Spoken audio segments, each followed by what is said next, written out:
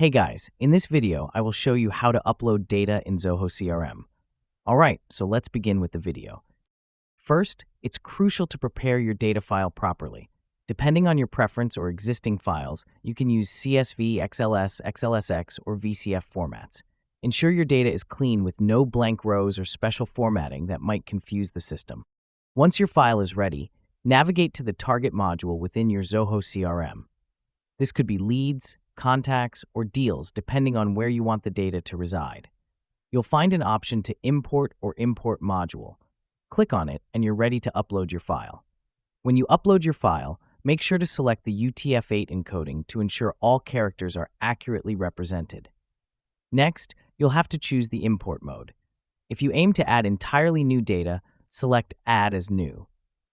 When the objective is to update existing records, Update Only is your choice. The Both option allows adding and updating simultaneously, and you can choose to skip over any updates that involve empty cells, and click Next. Mapping fields is a crucial step. You can do this manually or use the Auto Map feature to streamline the process. If you realize that some fields don't exist in Zoho yet, there's an option to create them on the fly. Importantly, you can assign default values to unmapped mandatory fields to prevent any errors during the import.